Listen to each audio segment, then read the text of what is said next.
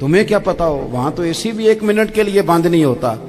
یہ تو اس سے پوچھو باپ سے کہ جو عید سے پہلے اپنی بیوی سے مشورہ کر رہا ہے کہ عید آ گئی ہے, اگر بیٹی کے گھر کپڑے نہ بھیجے تو اس کی ساس باتیں کرے گی.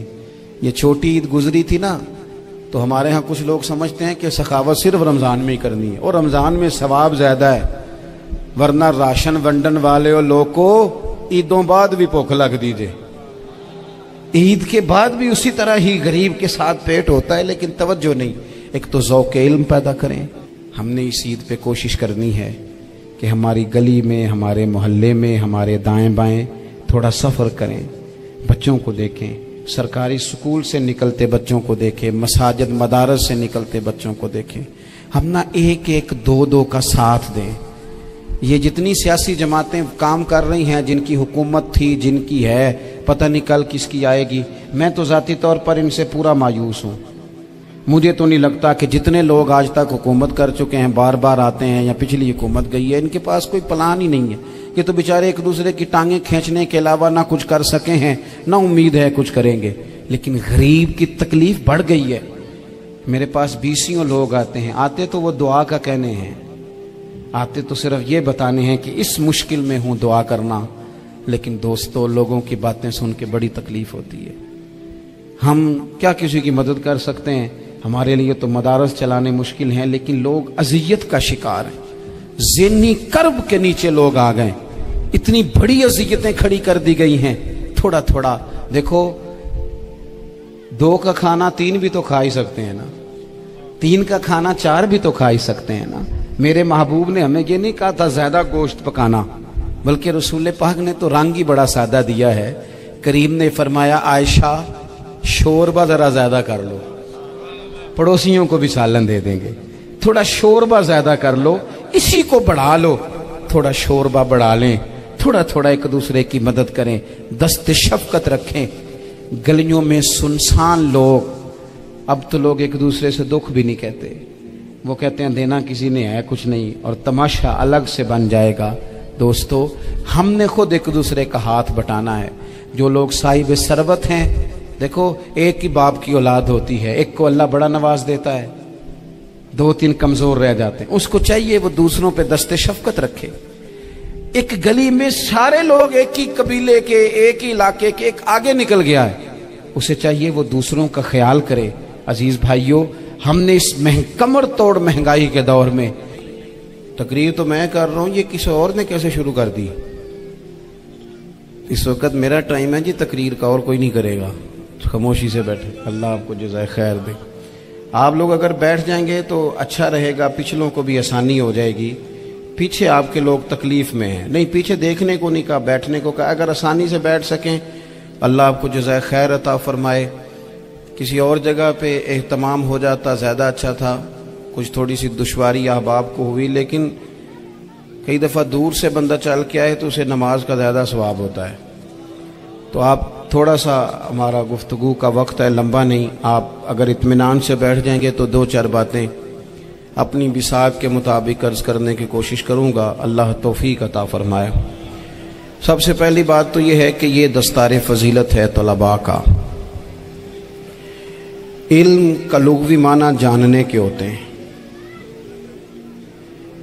علم حاصل کیا جاتا ہے کسی چیز کی معرفت کو حاصل کرنے کے لیے. جب ہم کوئی علم حاصل کرتے ہیں تو ہم یہ چاہتے ہیں کہ ہمیں اس چیز کے نفع اور نقصان کا پتہ چل جائے. اور جب ہم دینی علم حاصل کرتے ہیں تو اس کا مقصد یہ ہوتا ہے کہ ہمیں رذائل اور خسائل ان دونوں کی خبر ہو جائے. خیر کیا ہے, شر کیا ہے, اس میں تمیز کا ملکہ ہمیں نصیب ہو جائے. اچھائی اور برائی کھل کر ہمارے سامنے واضح ہو جائے. یہ مقصود ہوتا ہے علم سے. علم سے, تعلیم سے مقصد زیادہ باتیں کرنا نہیں ہوتا.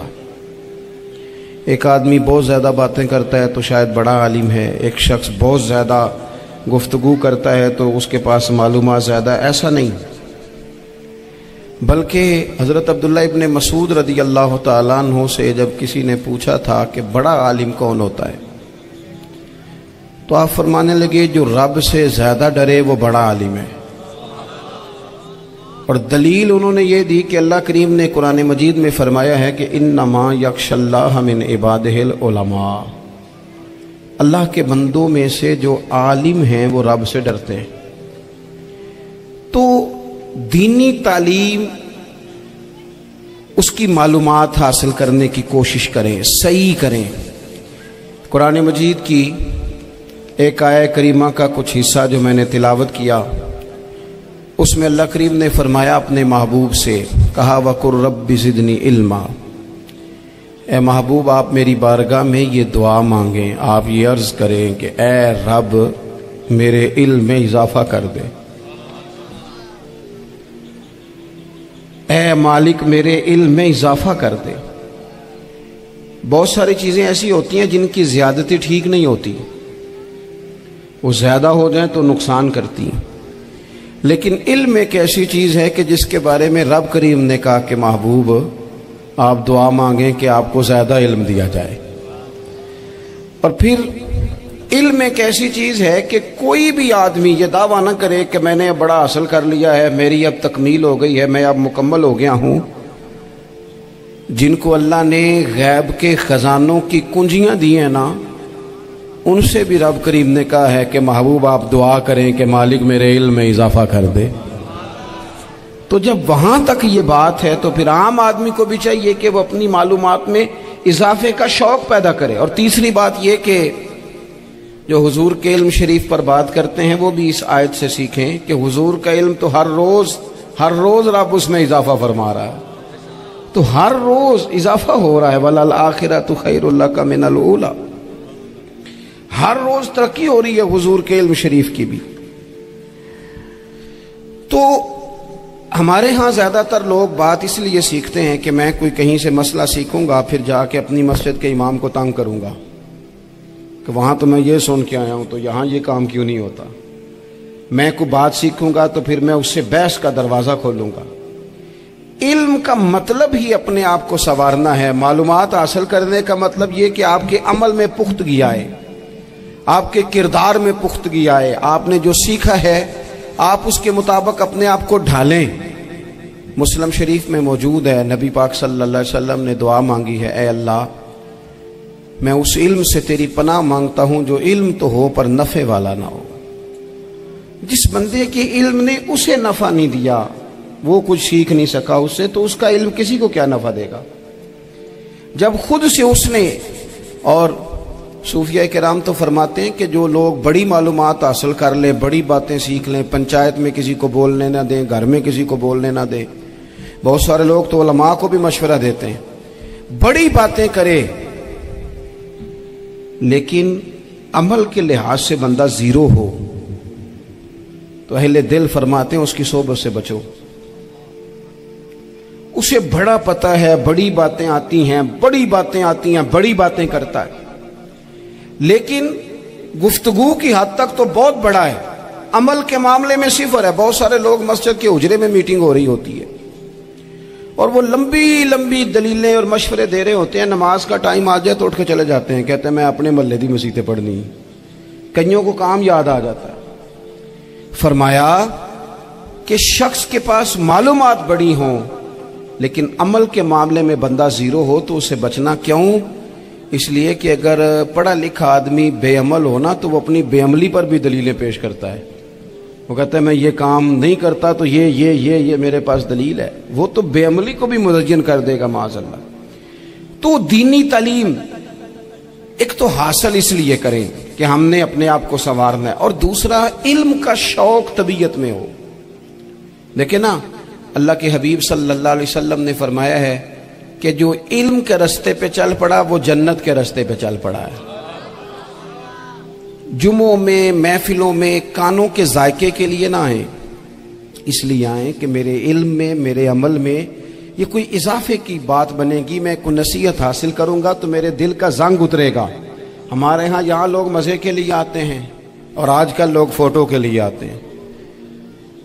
ان دو کاموں سے نکل کر خالص اصلاح کی نیت سے علم کا شوق. ہمارے ہاں تیزی سے ایک حرکت کی گئی، علماء کا وقار خراب کیا گیا، اور لوگوں کو دینی علوم سے دور کیا گیا. اور اس میں بعض بیچارے واعظین اور خطباء نے بھی کردار ادا کیا جب جعلی پیر کی تعریفیں کھول کے کی اور اسے پتہ نہیں کہاں تک. یہ اسٹیج ہوتے ہیں نا، ان میں کوئی بندہ اچھا لگے بھی تو اس کے لیے دعا کرنی چاہیے، تعریفیں نہیں کرنی چاہیے. تعریفیں اس کا کوئی فائدہ نہیں ہے. اس بندے کو تو دعا کا فائدہ ہے. اگر آپ کو اچھا لگ رہا ہے تو اسے دعا دیں، اس سے زیادہ کچھ نہیں کریں. اور ہمارے ہاں جناب وہ نقیب محفل بیچارے کی شامت آ جاتی ہے اگر تعریفیں تھوڑی کرے تو کہتے ہیں انہوں تو نام ہی نہیں لینا ہوں. اور بھائی اس کے نام لینے سے آپ کا قد اونچا ہوتا ہے. تو علم اور عالم ان دونوں چیزوں سے قوم کو دور کیا گیا. دینی تعلیمات کا فقدان ہے. جو میٹرک تک لوگ 60-70 کتابیں پڑھ جاتے ہیں انہیں بھی قرآن پاک ٹھیک سے نہیں پڑھنا آتا. دور کیا گیا. آپ مجھے بتائیے، چلیں ایک مسجد ہی آپ دیکھ لیں، اس مسجد کے اندر اگر ایک طرف ایک عالم دین مشکاہ شریف کھول کے بیٹھے ہوں، حدیث پاک کا درس ہو رہا ہے، یا بہار شریعت کھول کے بیٹھے ہیں، فقہی مسائل بیان کیے، اور اسی مسجد میں ایک بابا جی جبہ پہن کے تگڑا سا بڑی سی پگڑی باندھ کے اور 500 دانے والی تسبیح لے کے بیٹھے ہیں. اب ایک بندہ اندر آتا ہے تو وہ کدھر جائے گا؟ عالم کی طرف کہ بابا جی کی طرف؟ وہ کیوں جا رہا ہے بھلا بابا جی کی طرف؟ وہ اس لیے کہ ہم نے اسے یہ بتایا ہی نہیں کہ جس طرح سبحان اللہ سبحان اللہ سبحان اللہ پڑھنا عبادت ہے نا، اسی طرح دارابا پڑھنا بھی عبادت ہے. اسے ہم نے بتایا نہیں کہ جب تک علم کے رستے میں رہنا بھی عبادت ہے. جب تک اسے یہ سمجھ نہیں نہ آئے گی کہ جس طرح وظائف کی کتاب پڑھنا عبادت ہے، اسی طرح مشکاہ شریف پڑھنا بھی عبادت ہے.